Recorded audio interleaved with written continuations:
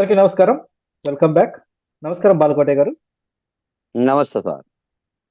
Sir, ఈ మధ్య జగన్ గారు షర్మిల గారు కాంగ్రెస్‌లోకి వెళ్లారని చెప్పేసి కుటుంబంలో గొడవలు పెడుతున్నారు ఈ రాజకీయ నాయకులు, ఈ పార్టీలు అని చెప్పేసి అన్నారు. ఆ విధంగా చూస్తే ఈ మధ్య కేశినేని నాని గారు టీడీపీకి రాజీనామా చేయబోతున్నాను, ఎంపీకి రాజీనామా చేయబోతున్నాను, టీడీపీకి రాజీనామా చేయబోతున్నాను అని చెప్పారు. ఆ తర్వాత వైఎస్ఆర్‌సీపీలోకి వెళ్తారని చెప్పేసి వినికిడి. ఒకవేళ ఆయన గాని వెళ్తే ఆయన ఉమ్, కుటుంబంలో అంటే కేశినేని గారి కుటుంబంలో గొడవలు పెట్టినట్టు కదా! ఎందుకంటే ఆయన తమ్ముడు టీడీపీ తరపున పోటీ చేసే అవకాశం ఉంది. ఇంకా ఆయన ఉమ్. వైసీపీ తరపున పోటీ చేసే అవకాశం ఉంది. దీన్ని ఎలా చూడాలంటారు? అంటే ఇప్పుడు బయట వాళ్ళ వీళ్ళ కుటుంబంలో గొడవలు పెడితే ఒకటి, బయట వాళ్ళ కుటుంబంలో గొడవలు పెడితే సంబంధం లేదా? దీన్ని వైసీపీని వాళ్ళ మాటలను ఎలా అర్థం చేసుకోవాలి? కాస్త చెప్పండి సార్. శని గారు ధన్యవాదాలు.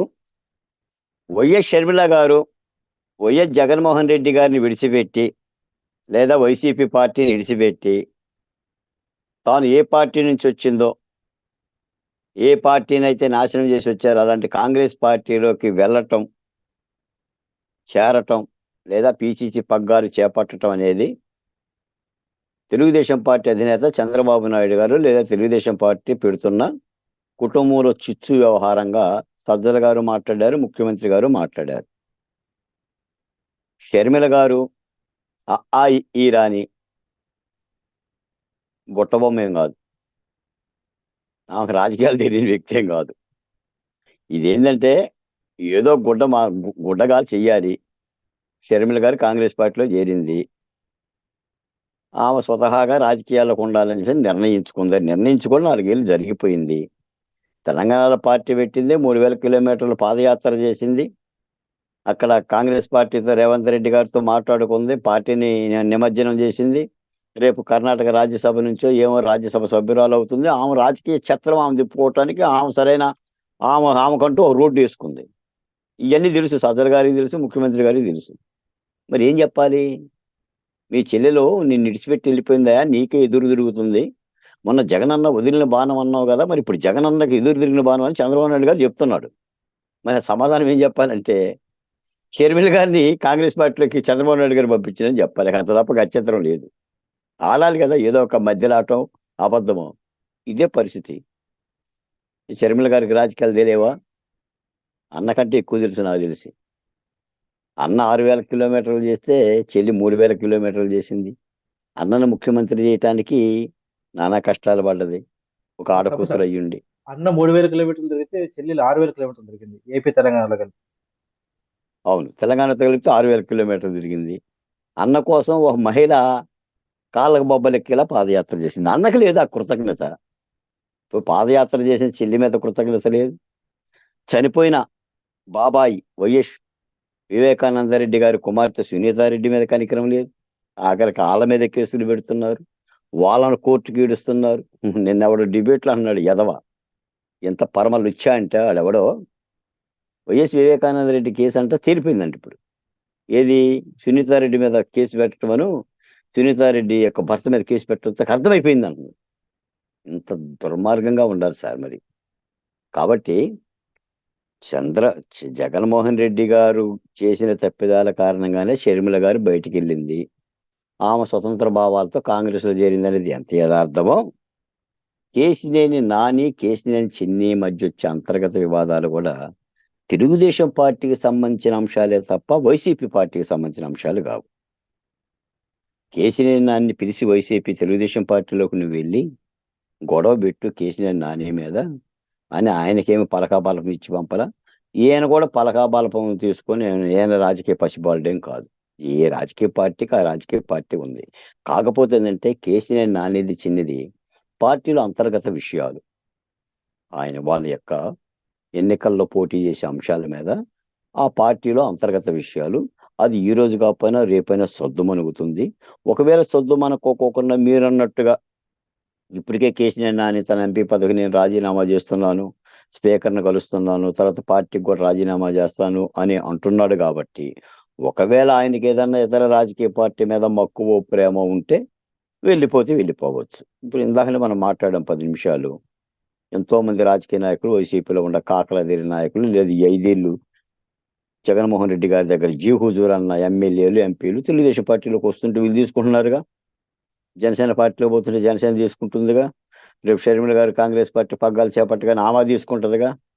అలాగనే కేసీఆర్ నాని కూడా ఏదైనా ఒక రాజకీయ పార్టీ ఆ వైసీపీలోనో బీజేపీనో ఎటన్నా పోతే వాళ్ళు తీసుకుంటారు. అసలు ఇక్కడ తీసుకుంది ఎవరు? ఇక వాటి గురించి ఇది పాలు, ఇది నీళ్లు, ఇది తెలుపు, ఇది నలుపు అని మాట్లాడటానికి ఏముంది? జాయినింగ్ వరకు వచ్చేసరికినే జంపే.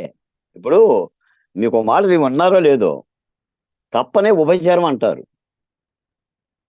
నీళ్ళల్లో చేపలు ఉంటాయి, నేల మీద పక్షులు ఉంటాయి. కప్పలు నీళ్ళల్లోనూ నేల మీద ఉంటాయి కాబట్టి ఉభయచరాలు అంటాం.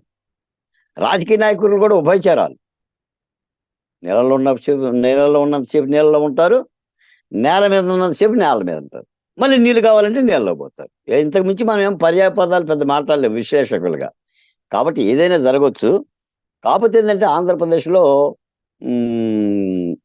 చాలా గజిబిజి గందరగోళంగా రాజకీయాలు ఉన్నాయి. రేపు షర్మిల గారు గనక పిసిసి పగ్గాలు చేపట్టిన వెంటనే వైసీపీ నుంచేసి వలసలో మరింత కాంగ్రెస్ వైపు మొగ్గు చూపుతుంది. అసలు ఎప్పటికీ నాకు తెలిసి ఇమీడియట్గా పగ్గాలు చేపట్టాలి. ఎందుకంటే లేకపోతే ఇప్పుడు చేపలన్నీ కూడా ఇడిపోతున్నాయి. చేపలు వేరే పార్టీలో అయిపోతున్నాయి. కనీసం ఆ చేపలను ఆపడానికైనా సరే వెంటనే వచ్చేసి బాధ్యత చేపట్టేసి చేపలు అటు కాంగ్రెస్ వైపు వస్తాయి, వెళ్ళే పరిస్థితి ఏమైనా ఉంటుంది. కాబట్టి గందరగోళంగా ఉన్నమాట యథార్థమే.